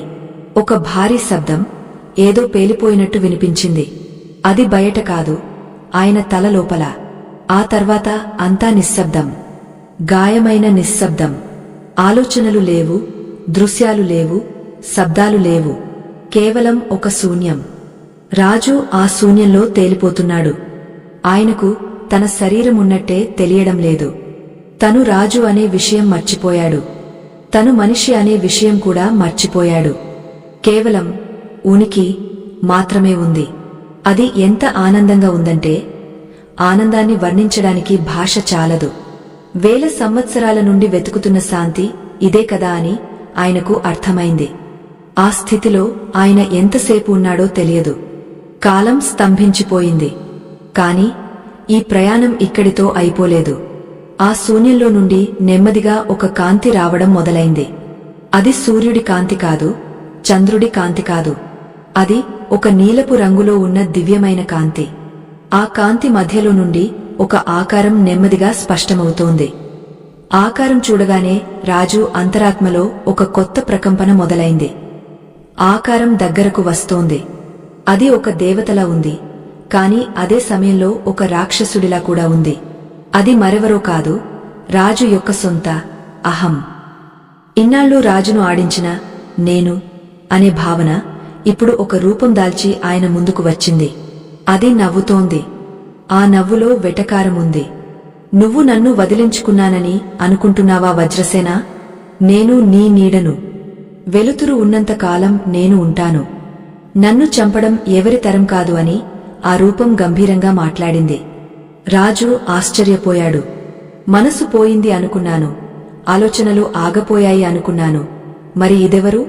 ఇంకా మిగిలి ఉన్న ఈ శత్రువు ఎవరు? వీడిని జయించడం ఎలా? అప్పుడు యోగ స్వరం ఆయనకు వినిపించలేదు. ఎందుకంటే ఆయన పూర్తిగా వేరే లోకంలో ఉన్నారు. ఇప్పుడు ఆయనకు సహాయం చేయడానికి గురువు కూడా లేడు. యుద్ధం ఆయన ఒక్కడే చేయాలి. ఆ అహం రూపం రాజు వైపు చెయ్యి చాచింది. రా, నాతో రా. మనం కలిసి లోకాలను ఏలుదాం. ఈ ఆనందం కొద్దిసేపే. నేను నీకు శాశ్వతమైన కీర్తిని ఇస్తాను అని ఆశ చూపించింది. అది చాలా ఆకర్షణీయంగా ఉంది. ఆ పిలుపులో ఒక సమ్మోహన శక్తి ఉంది. రాజు మనసు మళ్లీ కదలడం మొదలైంది. ఆ శూన్యం నుండి బయటకు వచ్చి ఆ అహం వైపు ఆకర్షితమవుతున్నాడు. ఇది చాలా ప్రమాదకరమైన మలుపు. ఇక్కడ కనుక రాజు లొంగపోతే ఆయన ఒక గొప్ప రాక్షసుడిగా మారిపోతాడు. ఆధ్యాత్మిక శక్తి కలిగిన అహంకారిగా మారి ప్రపంచాన్ని నాశనం చేస్తాడు. సరిగా ఆ సమయంలో రాజుకు ఒక పాత జ్ఞాపకం గుర్తుకు వచ్చింది. అది ఈ జన్మది కాదు. యోగి చూపించిన ఆ స్మృతి గుహలో చూసిన జ్ఞాపకం కాదు. ఇది అంతకంటే లోతైనది. అది ఆయన చిన్నప్పుడు తన తల్లి ఒడిలో పడుకున్నప్పుడు కలిగిన భద్రతా భావం. ఆ ప్రేమ, ఆ స్వచ్ఛత గుర్తుకు రాగానే రాజులో ఒక కొత్త శక్తి పుట్టుకొచ్చింది. ఆయన ఆ అహం వైపు చూసి, నువ్వు నేను కాదు, నువ్వు నా దుస్తులు మాత్రమే. నేను నిన్ను విడిచిపెడుతున్నాను అని మానసికంగా గట్టిగా సంకల్పించుకున్నాడు. కాని ఆ అహం ఊరుకోలేదు. అది కోపంతో రగిలిపోయింది. తన ఆకారాన్ని పెంచుకుంది. రాజును మింగేయడానికి నోరు తెరిచింది. అది రాజు మీదకు దూకడానికి సిద్ధమైంది. అప్పుడు రాజు ఏం చేశాడు? తన దగ్గర ఉన్న ఆఖరి ఆయుధాన్ని ప్రయోగించాడు. ఆ ఆయుధం పేరు శరణాగతి. అంటే పూర్తిగా దైవానికి లొంగపోవడం. హే పరమేశ్వరా, నా వల్ల కాదు. ఈ యుద్ధం నేను చేయలేను. నువ్వే రక్షించు అని రాజు తనలో ఉన్న అణువణువుతో ఆక్రందించాడు. ఎప్పుడైతే ఆయన నా వల్ల కాదు అని ఒప్పుకున్నారో అక్కడ నేను అనే అహంకారం పట్టు సడలింది. ఆ చీకటి గుహలో ఆ రాజు అంతరంగంలో ఒక అద్భుతమైన జ్యోతి వెలిగింది. ఆ జ్యోతి ఆ అహంకార రూపాన్ని దహించివేసిందా? లేక అహం రాజును మింగేసిందా? ఉదయం అయ్యేసరికి ఆ గుహలో ఎవరు మిగిలారు? యోగ ఉదయం లేచి చూసేసరికి రాజు ఏ స్థితిలో ఉన్నాడు? ఆయన పిచ్చివాడయ్యాడా? పరబ్రహ్మ స్వరూపుడయ్యాడా? అసలు మనసు పూర్తిగా మరణించిన తర్వాత మనిషి ఎలా ప్రవర్తిస్తాడు? ఈ ప్రశ్నలన్నింటికీ సమాధానం తెలియాలంటే ఈ కథనం యొక్క తర్వాతి భాగం వినాల్సిందే. ఈ రాత్రి జరిగిన సంఘటన రాజు జీవితాన్నే కాదు, ఆయన ద్వారా మనందరి జీవితాలను మార్చే ఒక గొప్ప సందేశాన్ని ఇవ్వబోతోంది. ఆ సందేశం ఏమిటి? ఎప్పుడైతే రాజు వజ్రసేనుడు నా వల్ల కాదు, నువ్వే దిక్కు అని పూర్తిగా ఆ పరమేశ్వరుడి పాదాలపై తన మనసును వదిలేశాడో ఆ క్షణమే ఆ అద్భుతం జరిగింది. ఆ ఆయన ఎదురుగా నోరు తెరుచుకుని నిలబడిన ఆ బ్రహ్మాండమైన అహంకారం అనే రాక్షసుడు ఉదయించే సూర్యుడి ముందు మంచు ముక్కలా కరిగిపోవడం మొదలైంది. రాజు ఆశ్చర్యపోయాడు. ఇన్నాళ్ళు నన్ను భయపెట్టింది, నన్ను ఆడించింది ఇంతేనా? దీనికి సొంత శక్తి లేదా? నేను భయపడితేనే ఇది బతికిందా అని అర్థమైంది. ఆ అహంకారం పూర్తిగా మాయమైపోగానే అక్కడ మిగిలింది శూన్యం కాదు, ఒక అనంతమైన ప్రశాంతత. అది సముద్రం లాంటిది. అలలు లేని సముద్రం ఎంత గంభీరంగా, ఎంత లోతుగా ఉంటుందో రాజు మనసు ఇప్పుడు అలా మారిపోయింది. ఆయనకు తన శరీరం ఎక్కడుందో తెలియదు. గుహలో ఉన్నాడా, రాజభవనంలో ఉన్నాడా అన్న స్పృహ లేదు. కేవలం నేను ఉన్నాను అనే భావన తప్ప నేను ఫలానా అనే భావన లేదు. ఆ స్థితిలో రాజు గంటల తరబడి ఉండిపోయాడు. బయట అడవిలో పక్షులు కిలకిలారావాలు చేస్తున్నాయి. సూర్యకిరణాలు గుహ ముఖద్వారం తాకాయి.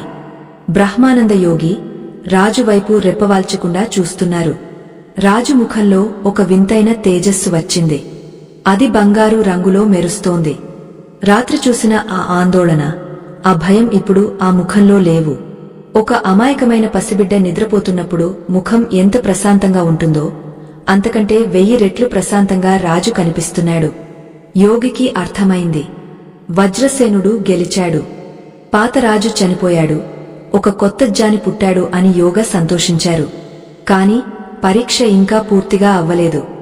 కళ్ళు తెరిచాక ఈ స్థితి నిలుస్తుందా లేదా అన్నదే అసలైన సవాలు. నెమ్మదిగా, చాలా నెమ్మదిగా రాజు కనురెప్పలు కదిలాయి. ఆయన కళ్ళు తెరిచారు. సాధారణంగా ఎవరైనా గాగ్య నిద్రలోంచి లేదా మైకంలోంచి లేవగానే చుట్టూ చూసి అయోమయంగా ఫీలవుతారు. నేను ఎక్కడున్నాను అని కంగారు పడతారు. కాని రాజు కళ్లలో ఆ కంగారు లేదు. ఆయన చాలా మామూలుగా ఎప్పటినుండో అక్కడే కూర్చుని ఉన్నవాడిలా కళ్ళు తెరిచారు. ఎదురుగా ఉన్న యోగిని చూశారు. ఆ చూపులో భక్తి ఉంది, కాని పాత బానిసత్వం లేదు. కృతజ్ఞత ఉంది, కాని ఆవేశం లేదు. రాజు మెల్లగా లేచి యోగ పాదాలకు నమస్కరించాడు. స్వామీ, నన్ను నేను కలుసుకున్నాను. ఇన్నాళ్ళు నేను వెతికింది బయట కాదు, నా లోపలే ఉంది. నా మనసు అనే తెర తొలగిపోయింది. ఇప్పుడు నాకు అంతా స్పష్టంగా కనిపిస్తోంది అని చాలా స్థిరమైన స్వరంతో అన్నాడు. ఆయన గొంతులో వణుకు లేదు, తొందర లేదు. యోగా ఆయనను లేవదీసి ఆలింగనం చేసుకున్నారు. రాజా, కాదు కాదు, ఇకపై నిన్ను రాజా అని పిలవలేను. నువ్వు ఇప్పుడు ఒక జీవన్ముక్తుడివి. బతికుండగానే ముక్తిని పొందినవాడివి. మనసు చనిపోవడం అంటే మెదడు పని చేయడం మానేయడం కాదు. మనసు తన ఆధిపత్యం కోల్పోవడం. ఇన్నాళ్ళు మనసు యజమాని, నువ్వు బానిసవి. ఇప్పుడు నువ్వు యజమానివి, మనసు నీ బానిస. నువ్వు చెబితే అది వింటుంది. ఆలోచించమంటే ఆలోచిస్తుంది, ఆగపోమంటే ఆగపోతుంది. ఇదే అసలైన స్వేచ్ఛ. నిన్న రాత్రి నువ్వు చూసిన మృత్యువు నీ శరీరానిది కాదు, నీ అహంకారానిది. ఇప్పుడు చెప్పు, నీకు కోపం వస్తోందా, భయం వేస్తోందా అని అడిగారు. రాజు చిరునవ్వు నవ్వి, స్వామీ, ఆకాశానికి మచ్చలు అంటవు. మేఘాలు వస్తాయి, పోతాయి. నాలో కూడా ఆలోచనలు వస్తున్నాయి, కాని అవి నన్ను తాకడం లేదు. ఎవరో దారిన పోయేవాళ్లు వెళ్తున్నట్టు కనిపిస్తున్నాయి తప్ప అవి నావి అనిపించడం లేదు. నాలో ఉన్న ఆ కర్మవాసనలు దగ్ధమైపోయాయి అనిపించింది. ఇప్పుడు నాకు ఏ కోరిక లేదు. నాకు రాజ్యం వద్దు, భోగాలు వద్దు. నేను ఇక్కడే, ఈ అడవిలోనే మీ పాదాల చెంతనే ఉండిపోతాను. ఈ ప్రశాంతతను వదిలి నేను మళ్లీ ఆ రొచ్చులోకి వెళ్లలేను అని అన్నాడు. ఇది వినగానే యోగా ముఖం గంభీరంగా మారింది. వద్దు నాయనా, అదే పొరపాటు. అడవిలో ఉంటే ప్రశాంతంగా ఉండటం గొప్ప కాదు. అడవిలో ఎవరు ఉండరు, ఏ గొడవలు ఉండవు. అక్కడ మనసు ఎలాగూ కుదురుగా ఉంటుంది. కాని అసలైన యోగి సంతలో నిలబడి కూడా సమాధి స్థితిలో ఉండగలగాలి. నువ్వు ఇప్పుడు రాజ్యానికి తిరిగి వెళ్ళాలి. ఆ సింహాసనం మీద కూర్చోవాలి. అప్పుడే నీకు నిజమైన పరీక్ష ఎదురవుతుంది అని యోగ కఠినంగా చెప్పారు. రాజు ఆశ్చర్యపోయాడు. స్వామీ, మళ్లీ ఆ నరకంలోకి నన్ను పంపకండి. అక్కడ అంతా కుట్రలు, కుతంత్రాలు, అసూయలు. అక్కడికి వెళ్తే నా మనసు మళ్లీ కలుషితం అయిపోతుందేమో అని భయంగా ఉంది. దయచేసి నన్ను ఇక్కడే ఉండనివ్వండి అని బతిమాలాడు. అప్పుడు యోగా ఒక అద్భుతమైన సత్యాన్ని బోధించారు. రాజా, దేన్నైనా ద్వేషించడం కూడా బంధమే. నాకు రాజ్యం కావాలి అనుకోవడం రాగం, నాకు రాజ్యం వద్దు అనుకోవడం ద్వేషం. ఈ రెండూ మనసు తాలూకు లక్షణాలే. నువ్వు నిజంగా మనసును జయించి ఉంటే నీకు రాజ్యమున్నా ఒకటే, అడవి ఉన్నా ఒకటే, బురదలో ఉన్న తామర ఆకు తడవదు. నువ్వు అలా ఉండాలి. వెళ్ళు, వెళ్ళి నీ ధర్మాన్ని నిర్వర్తించు. కాని లోపల మాత్రం సన్యాసిలా ఉండు. పైకి రాజులా నటించు, లోపల సాక్షిలా చూడు. ఇదే కర్మయోగం. నీ ప్రజలకు ఇప్పుడు ఒక పెరికి రాజు అవసరం లేదు, ఒక జానోదేమైన నాయకుడు కావాలి. వాళ్ల కోసం వెళ్ళు అని ఆదేశించారు. గురువు ఆజ్ఞను జవదాటలేక రాజు అంగీకరించాడు. సరే స్వామీ, వెళ్తాను. కాని నాకు ఒక వరం ఇవ్వండి. మళ్ళీ ఎప్పుడైనా నా మనసు చలిస్తే నేను మీ దగ్గరకు రావచ్చా అని అడిగాడు. యోగ నవ్వి, నువ్వు ఎక్కడున్నా నేను నీతోనే ఉంటాను. ఎప్పుడైతే నువ్వు కళ్ళు మూసుకుని నీ శ్వాసను గమనిస్తావో అక్కడ నేను ఉంటాను. ఇప్పుడు బయలుదేరు అని చెప్పారు. రాజు యోగికి పాదాభివందనం చేసి భారమైన హృదయంతో కాదు, ఒక కొత్త బాధ్యతతో గుహ నుండి బయటకు వచ్చాడు. కొండ దిగాడు. అడవి దాటి నగరం వైపు నడవడం మొదలుపెట్టాడు. నగరం పొలిమేరల్లోకి రాగానే రాజుకు ఒక వింత అనుభవం ఎదురైంది. ఇదివరకు ఆ నగరాన్ని చూస్తే ఇదంతా నాది అనే గర్వం వచ్చేది. ఇప్పుడు చూస్తుంటే అదొక చీమల పుట్టలా, ఒక నాటక రంగంలా కనిపిస్తోంది. ప్రజలు అటూ ఇటూ పరుగులు తీస్తున్నారు. కొంతమంది గొడవ పడుతున్నారు, కొంతమంది నవ్వుతున్నారు. రాజు ఇవన్నీ చూస్తూ ఒక ప్రేక్షడిలా నడుచుకుంటూ వెళ్తున్నాడు. ఎవరూ ఆయన్ను గుర్తుపట్టలేదు. ఎందుకంటే ఆయన దుస్తులు మాసిపోయి ఉన్నాయి, జుట్టు రేగపోయింది. అందరూ ఆయన్ను ఒక పిచ్చివాడు అనుకుంటున్నారు. ఒకప్పుడు అందరూ చూసి భయపడే రాజును ఇప్పుడు ఎవరూ పట్టించుకోవడం లేదు. ఇది చూసి రాజుకు నవ్వు వచ్చింది.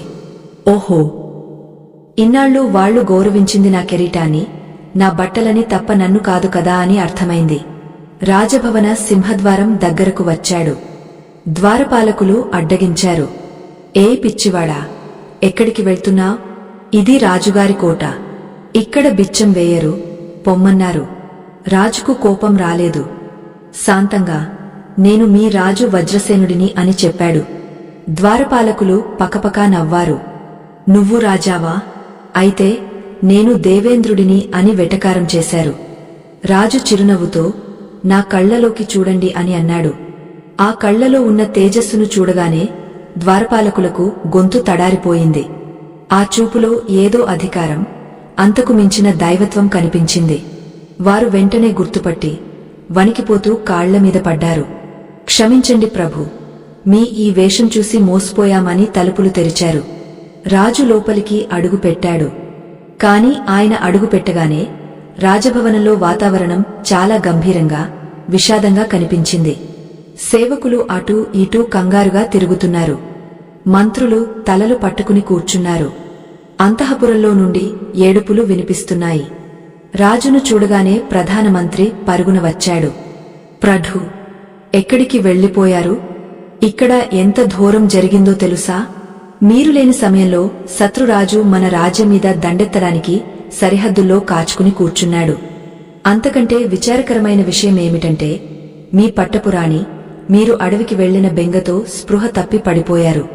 రాజవైద్యులు ఆమె బతకడం కష్టం అంటున్నారు. అటు రాజ్యం పోయేలా ఉంది, ఇటు భార్య పోయేలా ఉంది. మాకు దిక్కు తోచడం లేదు అని బోరున విలపించాడు. సాధారణంగా అయితే ఈ మాటలు వినగానే పాత వజ్రసేనుడు కుప్పకులిపోయేవాడు, లేదా కత్తి తీసుకుని యుద్ధానికి పరిగెత్తేవాడు, గుండెలు బాదుకుని ఏడ్చేవాడు. కాని ఇప్పుడు నిలబడినది కొత్త వజ్రసేనుడు. ఆయన ముఖంలో ఇసుమంత కూడా కదలిక లేదు. ఆయన కళ్లలో భయం లేదు, దుంహకం లేదు. ఆయన చాలా ప్రశాంతంగా మంత్రి వైపు చూసి, జరగాల్సినవి జరుగుతాయి. ముందు రాణిగారి దగ్గరకు వెళ్దాం పదండి అని చాలా నిలకడగా చెప్పారు. ఆయన స్థితప్రజ్ఞతను చూసి మంత్రి ఆశ్చర్యపోయాడు. రాజుగారికి ఏమైంది? పిచ్చి పట్టిందా? భార్య చనిపోతుందంటే ఇంత మామూలుగా ఉన్నారేంటి? రాజ్యం పోతోందంటే కనీసం కోపం కూడా రావడం లేదేంటి అని లోలోపల అనుమానపడ్డాడు.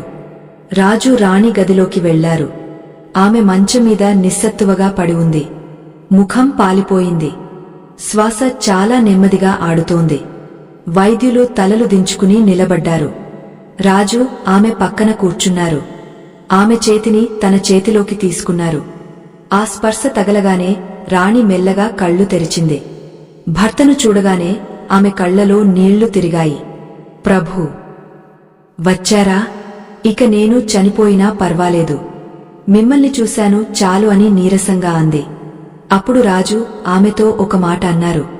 ఆ మాట కేవలం ఆమె ఆరోగ్యాన్నే కాదు, అక్కడ ఉన్న అందరి జీవితాలను మార్చేసింది.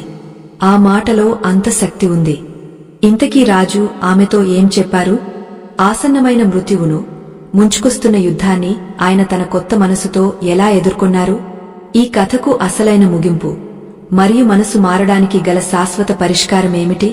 ఇప్పుడు మనం చివరి ఘట్టంలోకి అడుగుపెడుతున్నాం. ఈ చివరి భాగం వింటే మీ జీవితంలో ఎంత పెద్ద సమస్య వచ్చినా మీరు చిరునవ్వుతో ఎదుర్కోగలుగుతారు. రాజు వజ్రసేనుడు మరణానికి చేరువలో ఉన్న తన భార్య చేతిని తన చేతిలోకి తీసుకున్నాడు. ఆయన స్పర్శలో ఒక దివ్యమైన విద్యుత్ ప్రవహించింది. ఆయన రాణితో చాలా ప్రశాంతంగా, దేవి, నువ్వు ఎందుకు భయపడుతున్నావు? శరీరం అనే బట్టలు చిరిగిపోయాయని భయపడుతున్నావా? లేక నేను దూరమవుతానని భయపడుతున్నావా? బాగా గుర్తుంచుకో, మనం శరీరాలం కాదు, మనం ఆత్మస్వరూపులం. నీకు చావు లేదు, నాకు నాశనం లేదు. నువ్వు అనవసరమైన భయాన్ని వదిలేయి. ఆ భయమే నిన్ను చంపుతోంది. మృత్యువు అనేది ఒక ముగింపు కాదు, అదొక కొత్త ఆరంభం. ఆ సత్యాన్ని స్వీకరించు అని చెప్పారు. రాజు ఆ మాటలు చెబుతున్నప్పుడు ఆయన గొంతులో ఎంతటి శక్తి ఉందంటే ఆ గదిలో ఉన్న విషాద ఛాయలన్నీ పటాపంచలైపోయాయి. ఆయన కళ్లలో ఉన్న కాంతి రాణి కళ్లలోకి ప్రవహించింది. ఆమెలో ఉన్న మృత్యు భయం మాయమైంది. ఎప్పుడైతే మనసులో భయం పోయిందో శరీరం తనంతట తానే కోలుకోవడం మొదలుపెట్టింది. రాజవైద్యులు ఆశ్చర్యపోయేలా రాణి ముఖంలో మళ్లీ నెత్తురు చుక్క కదిలింది. ఆమె లేచి కూర్చుంది. ఇది అద్భుతం కాదు, ఇది సంకల్ప బలం. ఒక జాని తాలూకు ప్రశాంతత చుట్టూ ఉన్నవారిని కూడా ఎలా బతికిస్తుందో అనడానికి ఇదే నిదర్శనం. రాణి కోలుకుందని తెలియగానే అంతఃపురంలో ఆనందం వెల్లివిరిసింది. కాని బయట పరిస్థితి ఇంకా ఉద్రిక్తంగానే ఉంది. ప్రధానమంత్రి పరిగెత్తుకుంటూ వచ్చాడు. ప్రభూ, రాణిగారు కోలుకున్నారు సరే, కాని శత్రు సైన్యం కోట గోడల దగ్గరకు వచ్చేసింది. మన సైన్యం చాలా తక్కువగా ఉంది. మనం ఇప్పుడు ఏం చేద్దాం? లొంగపోదామా లేక పోరాడి చనిపోదామా అని అడిగాడు.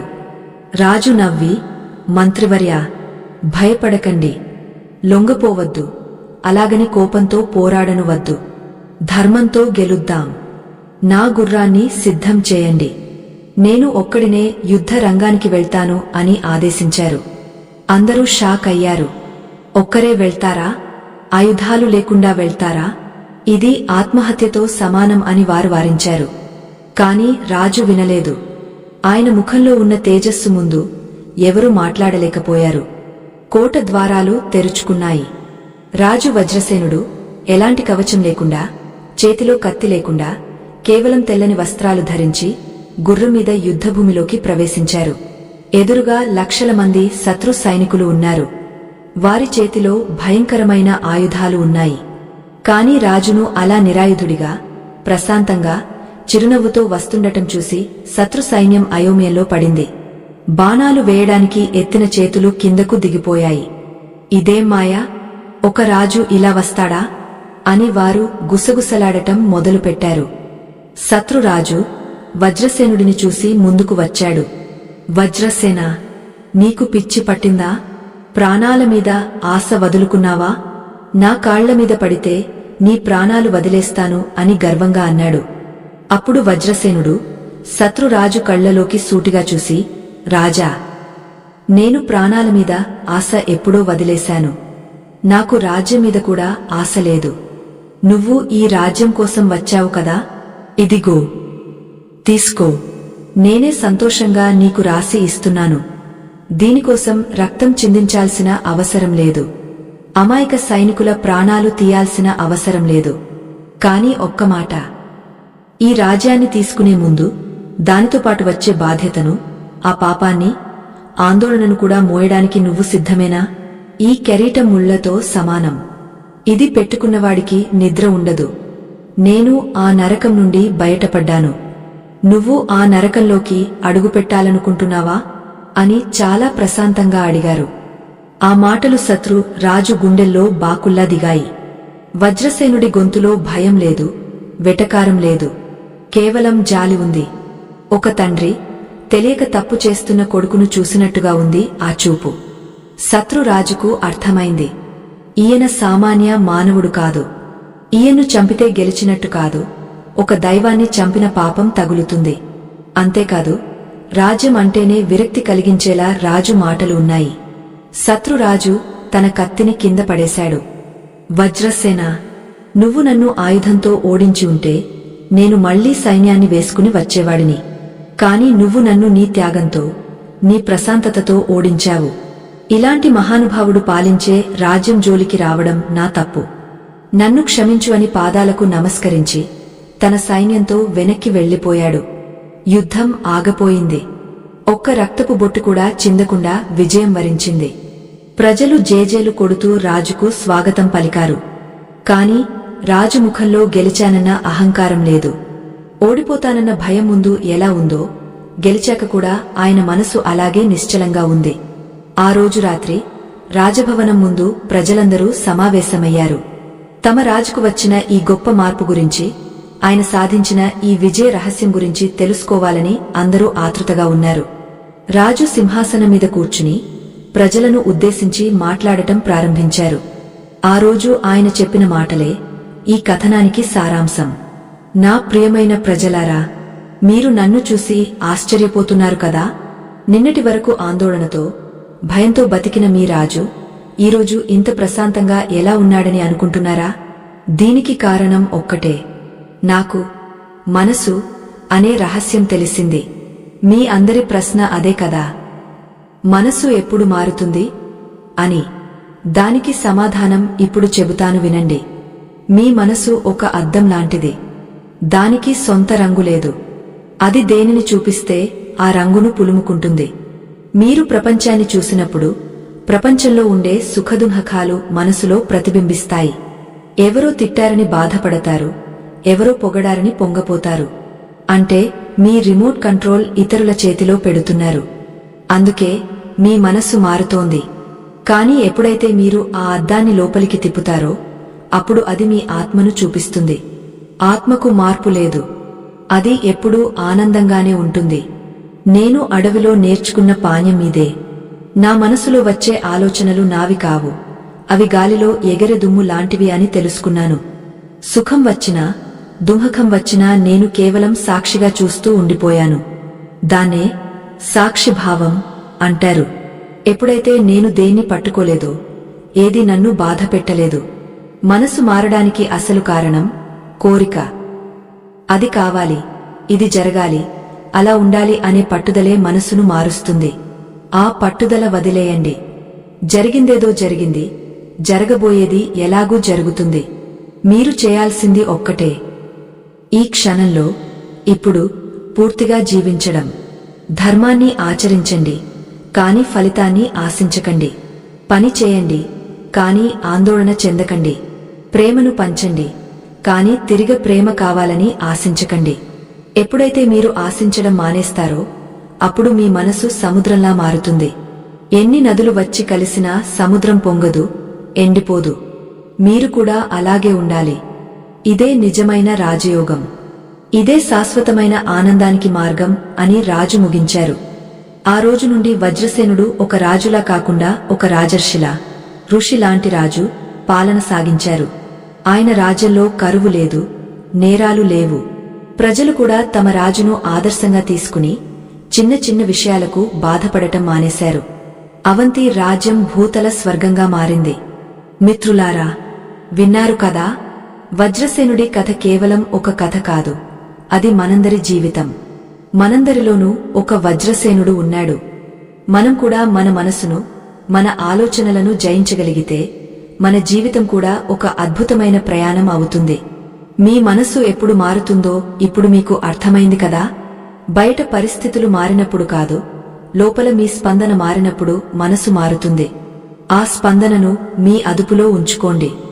యోగ చెప్పినట్టు సాక్షిలా ఉండండి. శ్వాసను గమనించండి. అప్పుడు ఏ బాధ మిమ్మల్ని తాకలేదు. ఈ 2 గంటల సుదీర్ఘ ప్రయాణంలో మీరు మాతో ఉన్నందుకు ధన్యవాదాలు. ఈ కథలోని ప్రతి మాట, ప్రతి అక్షరం మీ జీవితంలో ఒక కొత్త వెలుగును నింపాలని మేము కోరుకుంటున్నాము. ఈ వీడియో మీకు నచ్చిందనే అనుకుంటున్నాను. నిజంగా ఈ కథనం మీ హృదయాన్ని తాకి ఉంటే దయచేసి ఒక్క క్షణం ఆగి ఈ వీడియోను లైక్ చేయండి. అది మాకు ఎంతో సంతృప్తిని ఇస్తుంది. అలాగే మీ బంధుమిత్రులకు, స్నేహితులకు ఈ వీడియోను షేర్ చేయండి. ఎవరికి తెలుసు, ఎవరి మనసు ఏ క్షణాన ప్రశాంతతను కోరుకుంటుందో మీ ఒక్క షేర్ వారి జీవితాన్ని మార్చవచ్చు. ఇలాంటి మరెన్నో అద్భుతమైన, గంభీరమైన ఆధ్యాత్మిక కథనాలు, పురాణ రహస్యాలు, జీవిత సత్యాలు వినడానికి మా ఛానల్కు ఇప్పుడే సబ్స్క్రైబ్ చేసుకోండి. పక్కనే ఉన్న గంట సింబల్ను నొక్కడం మర్చిపోకండి. అప్పుడే మా తదుపరి వీడియో నేరుగా మీకు చేరుతుంది. ఈ కథనంపై మీ అభిప్రాయాన్ని, మీకు కలిగిన అనుభూతిని కింద కామెంట్స్ రూపంలో మాకు తెలియజేయండి. మీ ప్రతి కామెంట్ను మేము చదువుతాము. మరొక అద్భుతమైన వీడియోతో మళ్లీ కలుద్దాం. అప్పటి వరకు సర్వే జన సుఖినో భవంతు. స్వస్తి.